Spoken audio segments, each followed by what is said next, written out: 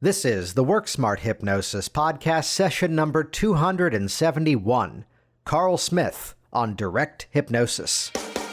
Welcome to the Work Smart Hypnosis podcast with Jason Linett, your professional resource for hypnosis training and outstanding business success. Here's your host, Jason Linett. So the funny thing is, I invited Karl back on this program to talk about this concept of being the direct hypnotist, though in my honest opinion, it kind of became the perfect 2020 State of the Union address for the entire hypnotic profession. Hey, it's Jason Linett here, welcoming you back to the program once again. And we've got Karl Smith from the UK back on the program for the second time. If you want to check out the first time that Karl was on the podcast, that's back in March of 2017, episode number 103, which simply head over to the show notes at worksmarthypnosis.com. Find the page associated with this release. You'll see all the details and links over on that page. And really, this concept of being the direct hypnotist, where simply put, we listen to what the client's goals are, we hypnotize them, we deepen the process, and then we directly deliver the experience to, as I would say, let go of what it's time to let go of and build up what it's time to build back up. So the surprising element of this episode is that Karl really gives you a bit of a deep dive in terms of his emotional detox, a strategy that he does, which, by the way, yes, we often run into the issue that there's many techniques with similar names. This is not the collapsing anchors emotional detox that was popularized by Michael Elner. This is a different emotional detox, which again, if you're going to name a band, don't call it Hootie and the Blowfish. That name was already taken. Back to Karl. So looking at this emotional detox process, where in a deep state of hypnosis, simply directing the client to let go of the images, the stories, and the experiences that have been holding them back. And a bit of a through line back to episode number 4, the one about the all positive ego strengthening, that as a result of this deep hypnotic process, here's what you're now going to experience. And I think it's where so often my take on this is that in our industry, we often complicate things which actually might be quite simple. That because this is my whole concept of hypnosis, harnessing phenomenon and hypersuggestibility. This is the whole episode last week with hypnotic priming, that I can give you an instruction, and by following the instruction, you can create this result. And we are calibrating, we're creating that relationship inside of the process where at times the change can really be that easy. And as Karl artfully points out, the key word there is the word can. Sometimes we may need more advanced strategies. Sometimes we may need more work to address it. Sometimes there's something beneath the surface that also needs to be addressed. And it's where we're going to hit all of these themes in this phenomenal conversation, which really fits into the category of some of my favorite Work Smart Hypnosis podcast episodes, where in the matter of maybe 40 minutes, we cover 7 or 8 hours of content. This one's fast-paced. You're probably going to want to listen to it a couple of more times. And great resources in terms of looking at growing your international brand of your business, thanks to social media and YouTube videos. The themes of, as I would say, being perfectly imperfect and being human, because people want to do business with other people, and looking at the nature of where other modalities may be viable, but where ours can also fill in a bit of a different gap. And it's about time, after nearly 6 years of episodes of this podcast series, we finally have a Boy George story on the program. If that doesn't have you listening all the way to the end, I don't know what will. So I'd also recommend head over to the show notes at worksmarthypnosis.com. That's where you can find links to the various resources that Karl mentions here in terms of his online programs, his training, his consulting, or simply working with him as a client, which, having gone through some of Karl's material myself and doing a project with him a few years back, highly recommend it. Really good, usable information that you're going to put to use helping your clients too. And while you're online, check out hypnoticbusinesssystems.com. This is where I've published the all-access pass to my entire hypnosis business training library. I'm the hypnosis business guinea pig. So rather than learning theory, rather than spending a lot of time and energy just simply learning armchair philosophy, this is a real deep dive into the strategies that I've used to build a massive global hypnotic business. So there's more than 24 step-by-step business action plans, which have already been vetted for you and tested to genuinely work for bringing in clients into your hypnosis business, whether it's active and in-person strategies, once that's allowed once again, whether it's online interaction through webinars, social media, videos, websites, all of that stuff. And the key phrase is you don't have to do this stuff all by yourself. The thing that I'm perhaps the most proud of right now with Hypnotic Business Systems, you have got to see the interaction that's happening inside of our private Facebook community, where here's someone who recently sold out an entire online weight loss hypnosis workshop. Right out of the gate, first time offering it, he sold that thing out right away, and congrats, Anthony, to that. Looking at someone who's taking their business to a global market by launching more products. And the cool thing is we're all there supporting. So it's not just me, standing at the front of everybody going, look at how awesome I am and model what I did. No, it's all of us together, because the more that we're all successful, the more that we're all successful in this industry. So head over to hypnoticbusinesssystems.com. You can see there's extended payment plans that are available. It's an all access pass. Once you're paid in full, you are in for life for all future updates too. There's a campaign that I'm currently running for Virginia Hypnosis, which right now, on average, I am spending about $30 to $40 to buy a consultation, which I'm then on average bringing in a new client, paying around $800 to $1,200. So I'm virtually printing money with that campaign, and I show you step by step what's actually working right now inside of Hypnotic Business Systems.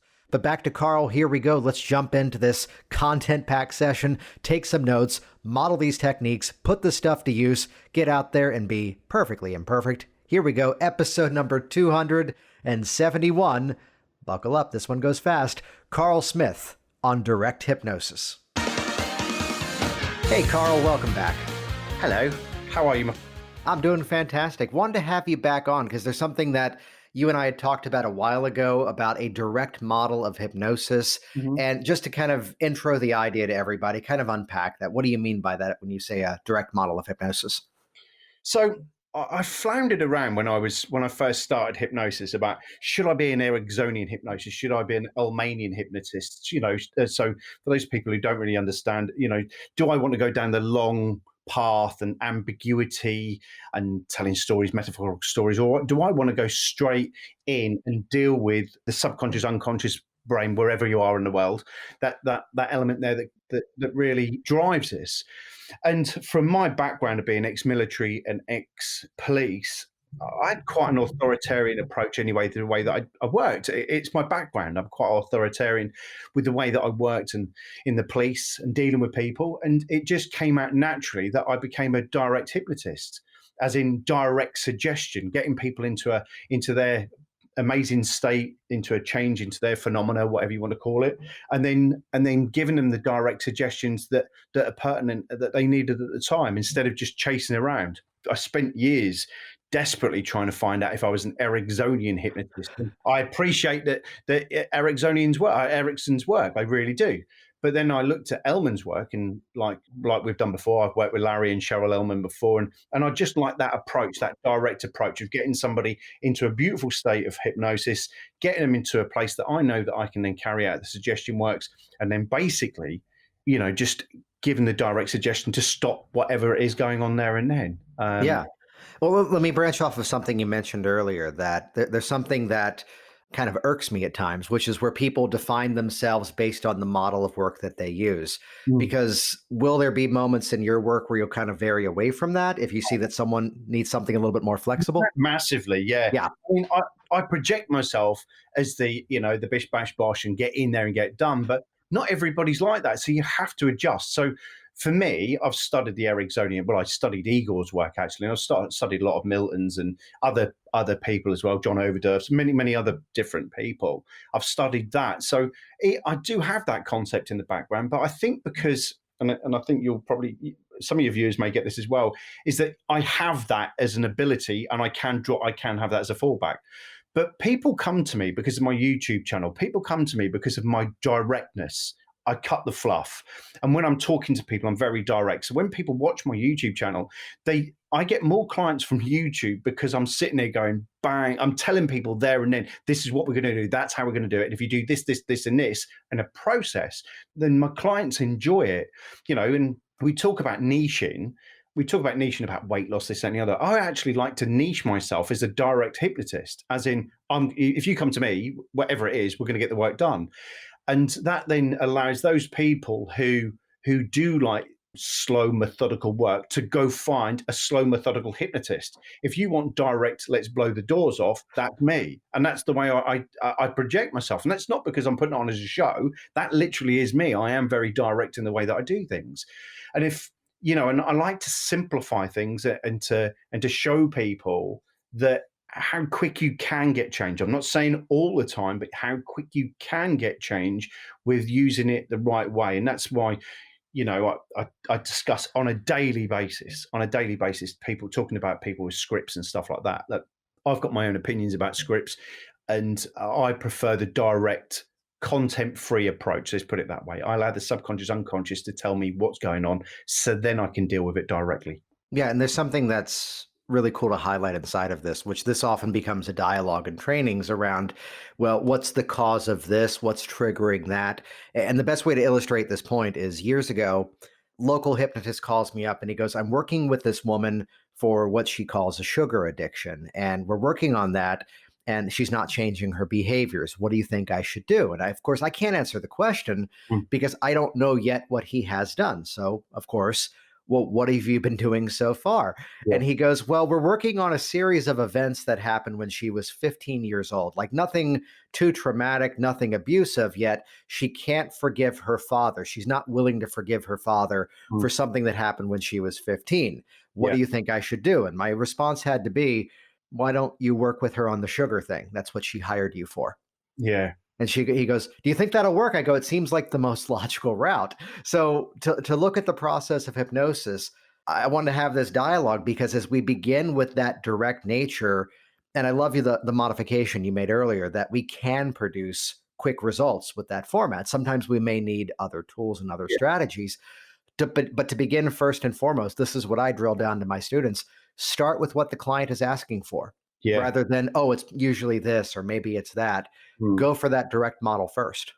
Yeah, so I tend to go for that and then find out what may pop up afterwards. So I always work on the premise that the issue is never the issue. So if a client walks in and tells me they've got this, and this, then I tend to always look for that first, deal with that first, what they've told me first, but then look for what the underlying issue is thereafter. I don't go straight into like a regression to cause or anything like that. I won't, go digging around in the past. I want to go find out what's really triggering this. And, if it's sugar addiction, alcohol addictions or low self-esteem and confidence and stuff like that, then I'll deal with that there and then, but then I'll uncover what it is and then deal with So in terms of that uncovering, like how do you typically go about that route? So I teach a method called emotional detox, an emotional detox technique. Now, it's nothing spectacular, it's nothing new, but however, I think if you utilize it at the very early stages of the session, long story short is if you, Jason, I'll send you the link later on. You can put that in this video. Oh, yeah, absolutely. The emotional detox is about getting this client into their state of hypnosis, into their phenomena, whatever we want to call it this week, getting them into that state, and then asking the subconscious, unconscious, and I keep saying subconscious, unconscious, because whatever continent we're working in, it differs. So the subconscious, unconscious, we get the subconscious, unconscious to let go of any images, feelings, thoughts, emotions that have held them back over the past few weeks, the past few months, the past few years. So what I do is I'm just saying to the subconscious, instead of being very prescriptive, I'm saying let go now of any images, any feelings, any thoughts, any emotions that have held you back over the past few weeks, the past few months, the past few years. Then with confidence in my abilities and just sitting back, I will just sit back and not say anything. Funny enough, and most viewers that know me on this will find this really odd, is that I hardly talk in my sessions. Now, as we've already covered 30 minutes of content in the first 7.5 minutes. So the thing, what I do is I get them in, do the pre-talk, then I do the induction, I do the deepener, then on the suggestion phase, I ask them to let go of any images, feelings, thoughts, emotions. Anything that's been holding them back from over the past few weeks, the past few months, the past few years. And I just sit back. Then what happens is that I then calibrate with the client. What I'm doing is sitting there watching. I'm watching for twitches, movements. I'm watching for all those idiomatic responses. I'm watching for emotions that may be popping up, any facial, any nonverbal communications, anything like that. I'm watching the whole physical part of the person and watching them emotively just rise in the chair, move in the chair, twitch in the chair, whatever they're doing. Then encourage that to keep going on. And a lot of my work is fundamentally based on this part here. And then I just let all the images, feelings, thoughts, emotions.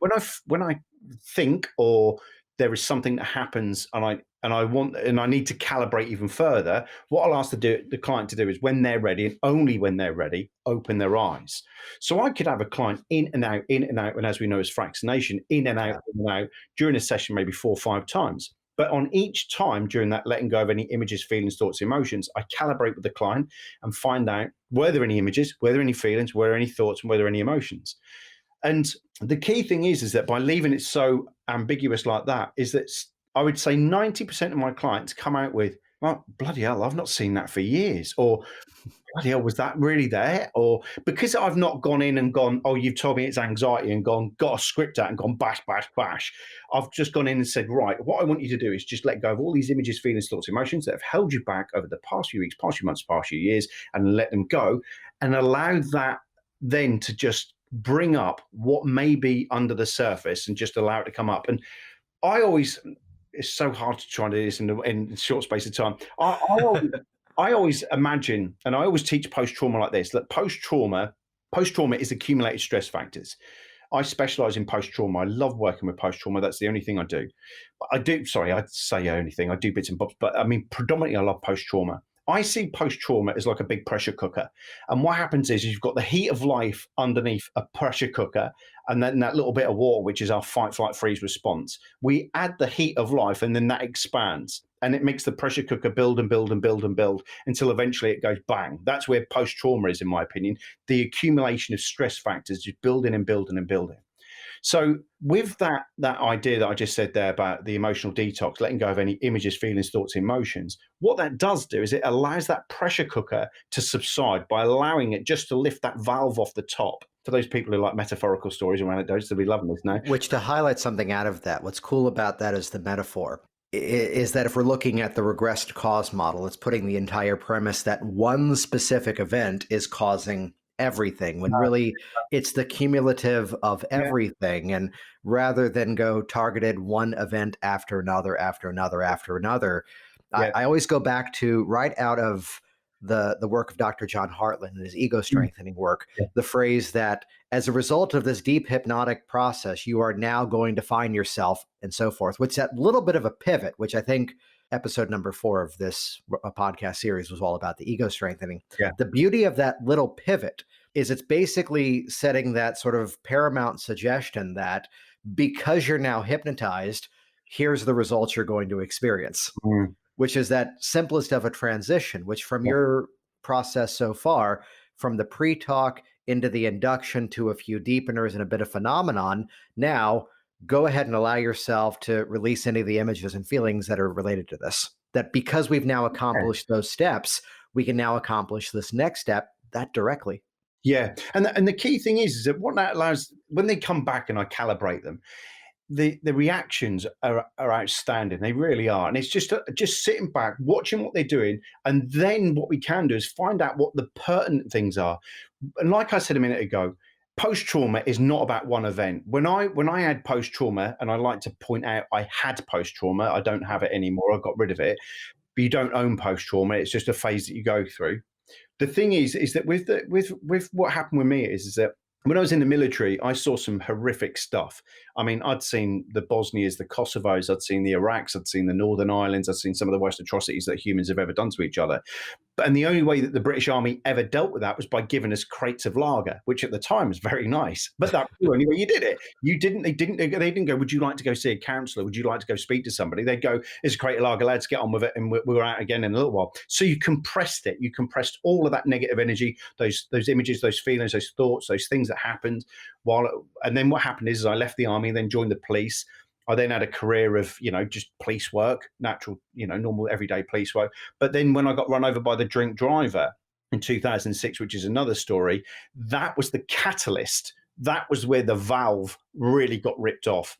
Like my pressure cooker had got so built up and built up and built up that literally that last moment, that last catalyst was that last bit there, that getting run over, was my subconscious, unconscious going, you can't do this anymore. You're not doing this anymore. And that's where it then started to become all of the nightmares, the hot sweats, the drinking, the drug abuse, and all that type of stuff that came into my life because my body was trying to find mechanisms, but I couldn't release it.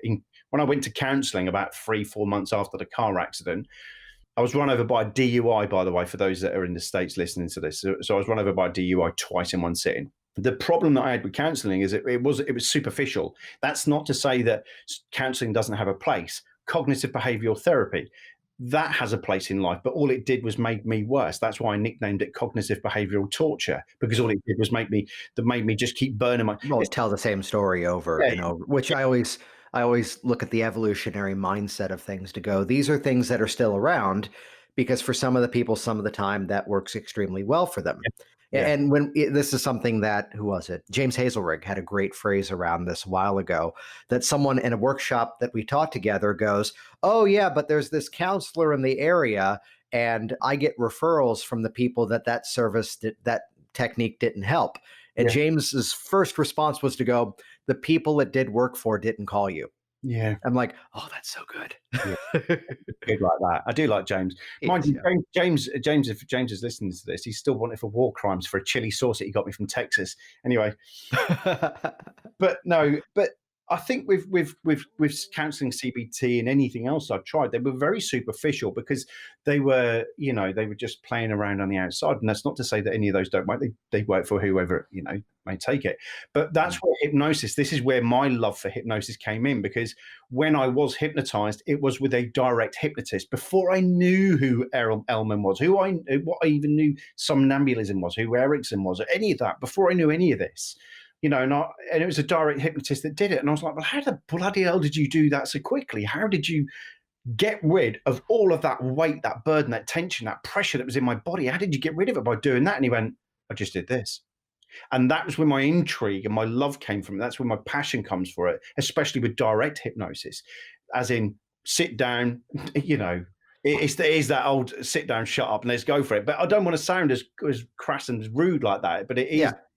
Just sit down, tell me what you think it is, and then let me find out what your subconscious, unconscious wants to tell us. And that's the way I work. And I think, to bring a correlation out of that, it's where in business and sales, there's some schools of thought that would teach, sit down with the potential client, have them on the phone for upwards of 30 or 40 minutes. This builds a bond with them. This gets them to feel comfortable with you. And then you finally talk about business. And that's a bit of an older model of looking at things. Yeah. When I found, to answer the phone and just simply say, here's how we're going to have this conversation. You're going to tell me what's been going on and what you'd like to change. Yeah. I'll explain to you a bit more of what I do. And if I feel I can help you out, I'll tell you how we can get started.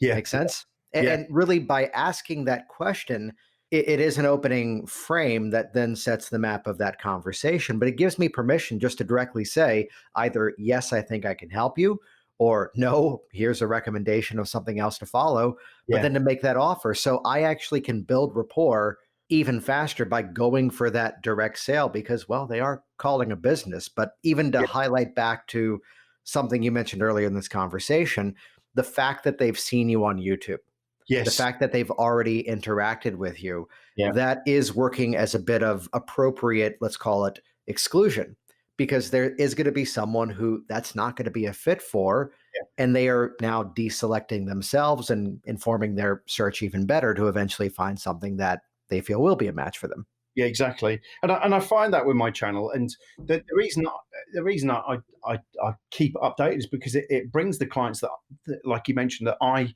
want to work with, and they want to work with me. So it just narrows that whole thing down for me. It's brilliant because, for anyone who's listening to this, if you haven't got a YouTube channel, my strong opinion is that you should have a YouTube channel. You should be. People buy people. Yes. So people buy people. They don't buy certificates. They don't buy. They buy for the certificates, but they're not buying the technique per se. They're buying the delivery and the person that's delivering it. That's what they're looking for. Well, in 2020, in the 21st century, a website is a platform to show videos and build rapport through the screen, and to have those same videos on any other channel that's possibly out there, whether it's YouTube, whether it's whatever else, Facebook Live, any of Yeah. that. Yeah. Build rapport. Yeah, and that's the thing, you see. And I mean, some of the hate stuff I get. I mean, you probably get it as well, Jason. We're chalk and cheese. But on the same token, you probably get people that disagree with you about the way that you're operating, the way you're working. But my job's not to appease everybody. My job is to appease my tribe, the ones who like the way that I work. There are people out there that absolutely despise the way I work. That's brilliant. You're not my client. You're not my person. I don't care. Off your title. Thanks very much. As long as you're not rude and you just go, look, it's not for me, Carl, that's fair dues. But if you're rude, then bugger off. I'm not interested. And that's the key thing about it. But it is, and it gives you the clients who really, really do want you. And those people who say, right, sit me down, find out what it is quickly, and then get rid of it. That's why I like doing direct hypnosis and being somebody who was at the back end of it as well, as in it changed my life, direct hypnosis. I mean, I've had Ericksonian type hypnosis done on me before, and I'll be brutally honest, it doesn't really float my boat as a person. It doesn't float me. But if I'm having it as a therapy or somebody's doing it on me, it doesn't really register with me, whereas that direct approach really does register with me. And it registers with my clients, and it registers with the people who like it as well. It delineates, it's just something different. I mean, Erickson and Ellman, they were constantly at each other's throats about this subject years ago, so where are we 60 years down the line and we're still talking about it today? Right. Well, I mean, again, to see how we can have this dialogue of one technique versus the other, but this is something that's even helpful for us that, you've mentioned being the client of hypnosis. I've been the client of hypnosis, and to go into that experience with someone who I worked with years ago by just simply saying, hey, look, here's what I best respond to. Use this style of technique to get me into hypnosis. Here's the best way to deepen me. Inside of it, there's a reason I came to you, because I firmly believe you're skilled at what you do and you could help me. Yet I don't respond well. And this is not to put down any technique. My whole hypnosis philosophy is that all of these techniques are good. It's only a matter of how and when and where they're used. Yeah. So here's all the research around progressive muscle relaxation, and I will use that with a client when I see that's the right fit. Yeah. I may dip into a regress to cause model if you are giving me the metaphors in your language that tell me that's meaningful to you, and I'm going to give you that experience. But for the most part, just like you, I'm going to begin as the mechanic. Yeah. And maybe towards the end of the session, then I'll kind of dip more into the metaphor and storytelling to kind of let you come up with your own resources along the way. But I found, again, beginning with that direct model, in most cases, that comes down to listening to the client. What is it you want? What's that story you want to be telling a month from now that's going to validate this worked for you? Yeah. And that gives me the roadmap for just about everything I'm about to do with that client. So this is one that I always work on as well, as people get themselves really caught up in techniques. Oh, I've done this technique, and they put the certificate on their wall. And yeah, I've done that. Yeah, that's brilliant. That's all well and good. And they get rows and rows of certificates, and they're sitting there like that, chatting away.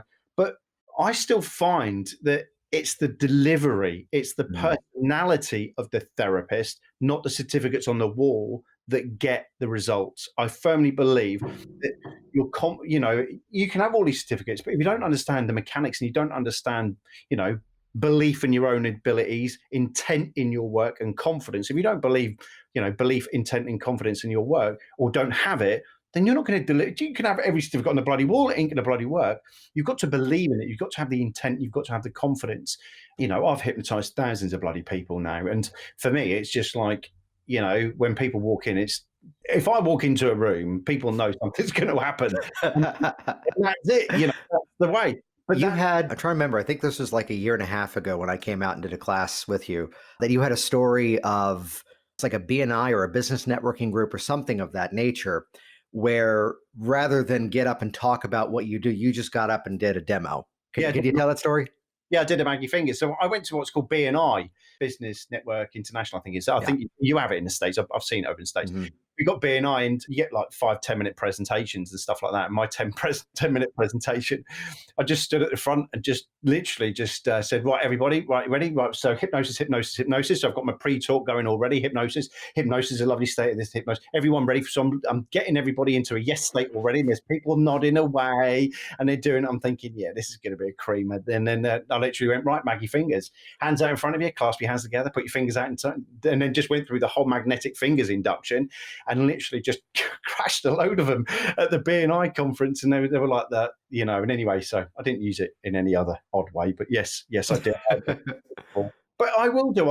I'm a hypnotist, and I know we're doing a podcast, but I'm wearing a hypnotist t-shirt right now. My job, I'm a walking, talking billboard, I'm a walking, talking billboard that can show people. And, anyone who knows me knows I'm an opportunist. And that's what I love teaching. I love people to do it. And, and I think you remember, Jason, about 2 years ago when I did the work with Boy George I missed the bowling. Scott will be upset about this at Hypno Thoughts. I missed the bowling because I was at the pool at Hypno Thoughts Live and chatting away to a guy, and he had a migraine. And I cleared the migraine within minutes. And it was Boy George's at a Culture Club, for those people who remember it. I vaguely remember it. I don't think I'm old enough to remember Culture Club.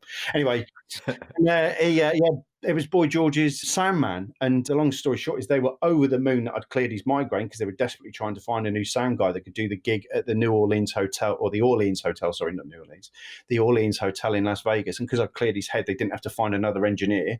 And they got me free tickets. Myself, Beryl Komar, Shah, who else? There was a load of other people there as well. We all ended up going back, watching the whole show with Culture Club, and then going backstage with Culture Club, and then going to LA with Culture Club, and then going to Reykjavik with them. And I've traveled the world just because of opportunity.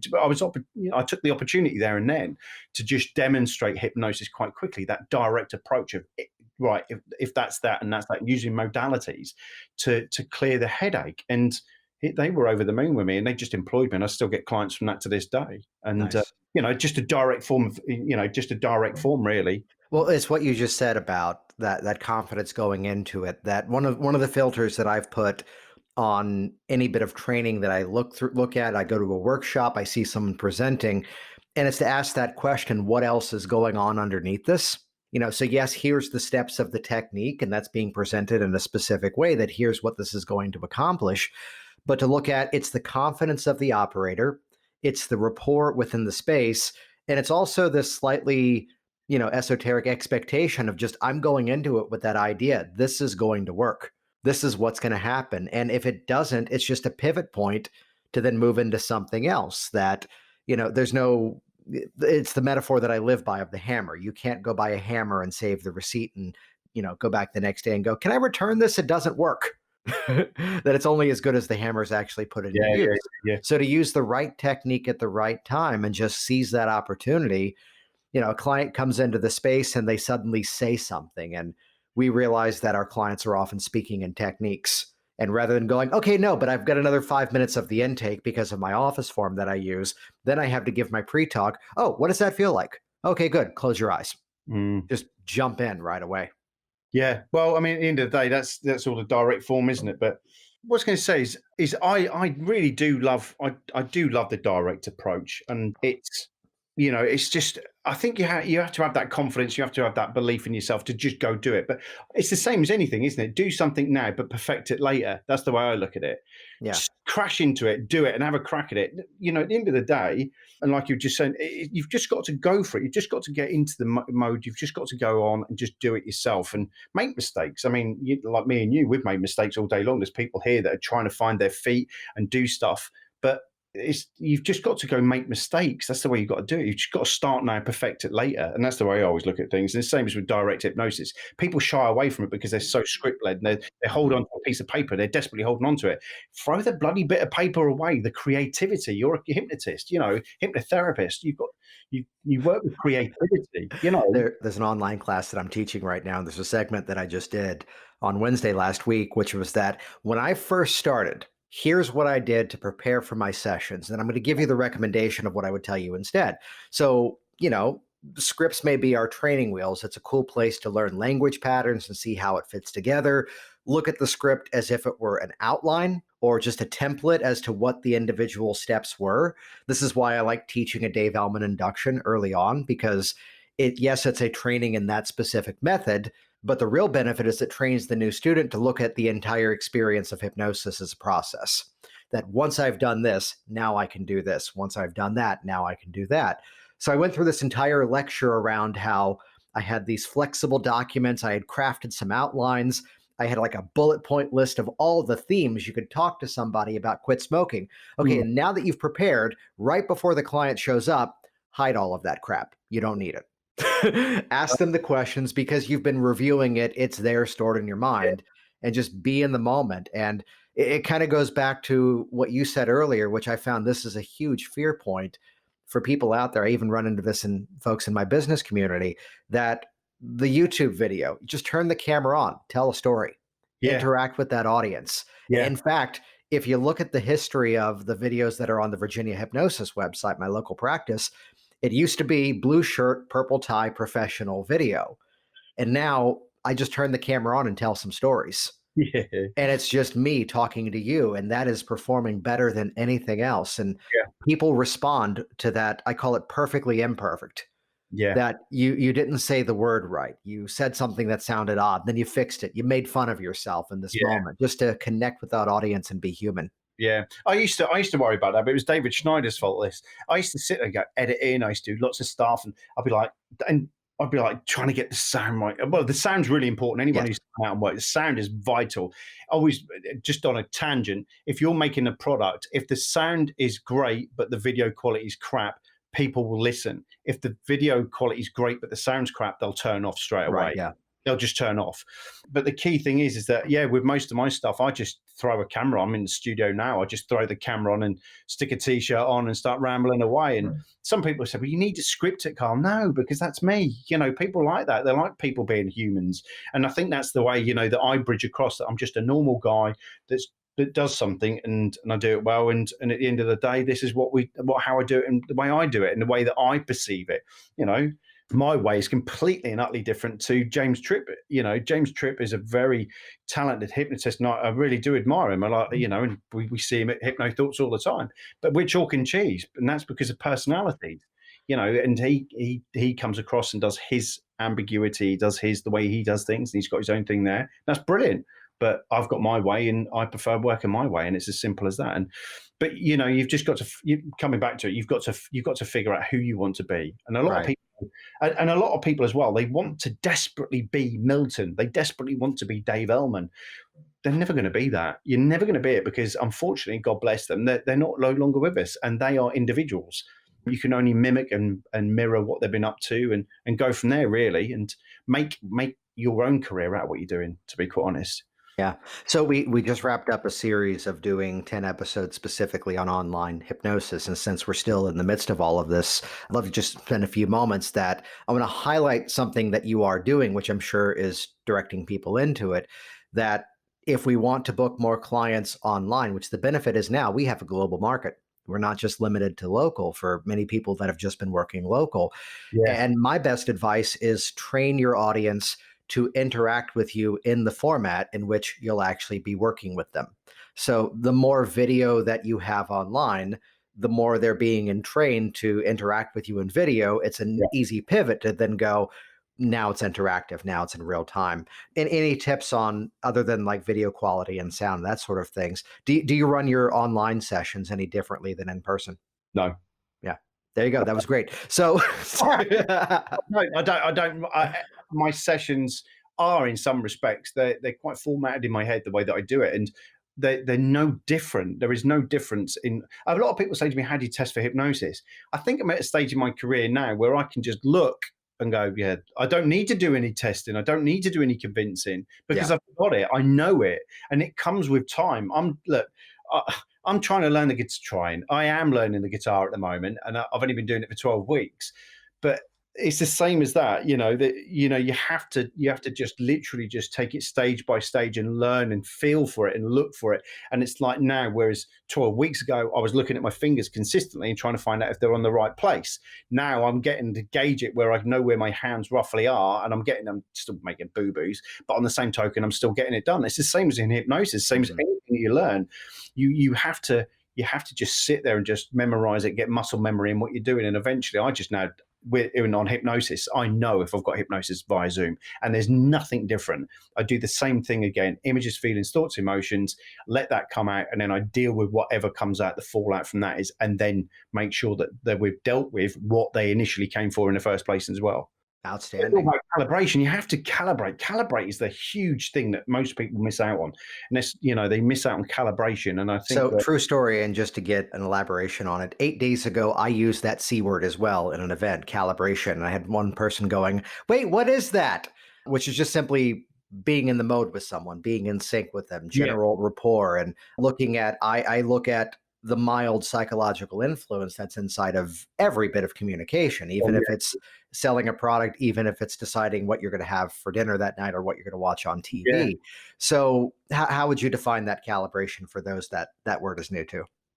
Calibration to me is, well, it's what you say. I mean, a lot of people say about building rapport, mirror match, and all this type of stuff. No, it's not. It's about being a human with a human, Mhm. about watching that human, watching the way that their demeanor changes, the way their body changes, the way that they move, they twitch, they speak, their tonality, and stuff like that, and about listening to the way they do it, and if they emphasize certain words, and about the body language that they give off, and it's the same as when you see clients that start to shake, or maybe just you can see that their emotions blocked or stopped, or it won't do. Just watching out for those little things there, about just nurturing the session as you're watching their physical and the physiological changes within their body, and just being in tune with the person. That might sound wacky, and it's not meant to be like some unicorn statement. That's not meant to be like a unicorn stroking statement. It's not. It's meant to be you're in tune with the person there and then. You're in time with that person, and you're watching what's going on, and then you can gauge what way you can go next. Do I need to do something that's quite very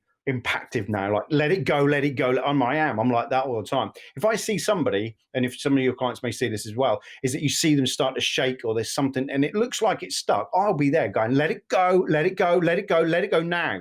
And then I'll be sitting there, and sometimes I'll think, hang on a minute, I'll just sit back, and that's it, just let it go, just let it go. But sometimes I will up the ante on my tonality and my voice just to do it. Some people see it as bullying. My clients see it as fun, and they get Yeah. results.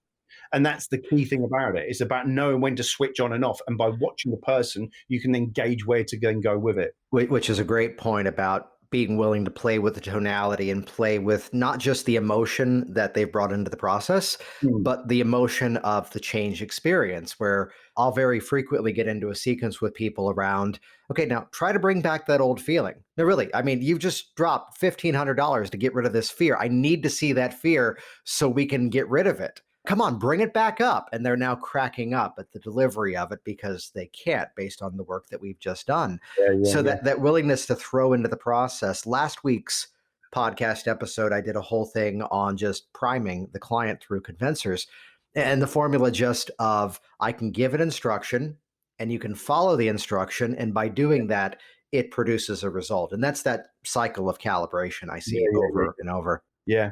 Well, this has been awesome having you back on here once again. Karl, where can Oh. people check you out online? How can they learn more? Well, if you go to UK Hypnosis Academy, www.ukhypnosisacademy.com, you can get me for training and stuff that way. You can also, if you go to my YouTube channel, that's UK Hypnosis Academy. And if anyone who wants to private work, it's Karl Smith Hypnotherapy, really. But predominantly my work's in the training world. So if you want to subscribe to my YouTube channel, I'm putting a video up. I was every day, and then all of a sudden I just realized I'm just going to drop off, really, because I was hammering it, hammering YouTube. Yeah, I'll put a video up every other couple of days now just to help people out, all the way from fundamental basics, working with post-trauma, a little bit of business on there as well to help people out with their businesses, get them fired up that way. And, so that way. So just have a look for UK Hypnosis Academy. Cool. Any final thoughts for the listeners out there? No, I mean, I just want people to be creative. I like to develop creativity with people. I like to watch them, be in tune, and it comes back to that calibration about being in that moment with the person. And and there's people on here that are script orientated and will not change. And I like to watch therapists come away from that. Take the stabilizers off your bike, drop the stabilizers, and go run around and hit a couple of posts on the way through and come off the couple of times. But the thing is that I like to see people being creative. I like to see therapists working and being in tune and believe in yourself. That's the key thing. So just go out there and believe in yourself, believe in what you've done already, and go out and make a difference. People by people is my last thing. People by people. Remember that. Jason Linett here once again, and as always, thank you so much for interacting with this program, for sharing it on your social media streams, and being one of those several dozen people around the world who have left reviews for this program online. Once again, check out the show notes associated with this episode, number 271 with Karl Smith, to check out Karl's programs online or reach out to him in person and subscribe to his YouTube channel. And once again, check out hypnoticbusinesssystems.com. There's no need to reinvent the wheel, and save yourself a whole lot of time, energy, and definitely money by modeling the systems that actually work. Just to highlight one more module inside of there, the new module that we just put in a couple of months ago on search engine optimization, where you're going to learn exactly how I've got my websites to the top of the search engines, and even better, the catchphrase of that section is that guessing sucks. Because here's the thing, if you can use the words that your clients are already looking for, it's going to be even easier for them to find you. And so what have I done? I pulled the top 1,000 organic search terms ranked in order of search that people were using to land on my Virginia Hypnosis website. And I just published the entire thing for the members inside of Hypnotic Business Systems. That one section right there is an entire business plan from start to finish. That's going to inform what you name your videos on YouTube. That's going to tell you what to name your products, what to name your websites. Guessing sucks, so model what works. Check that out. Get instant access, hypnoticbusinesssystems.com. Thanks for listening, and I'll see you soon. Thanks for listening to the Work Smart Hypnosis podcast at WorkSmartHypnosis.com. Hey there, it's Jason, and I want you to be one of the first to find out as we upload amazing new content. So do this right now. Click the subscribe button right here on this video. That's going to link you to our YouTube channel here, and you will be the first to find out as new resources and downloads are made available. Do it now.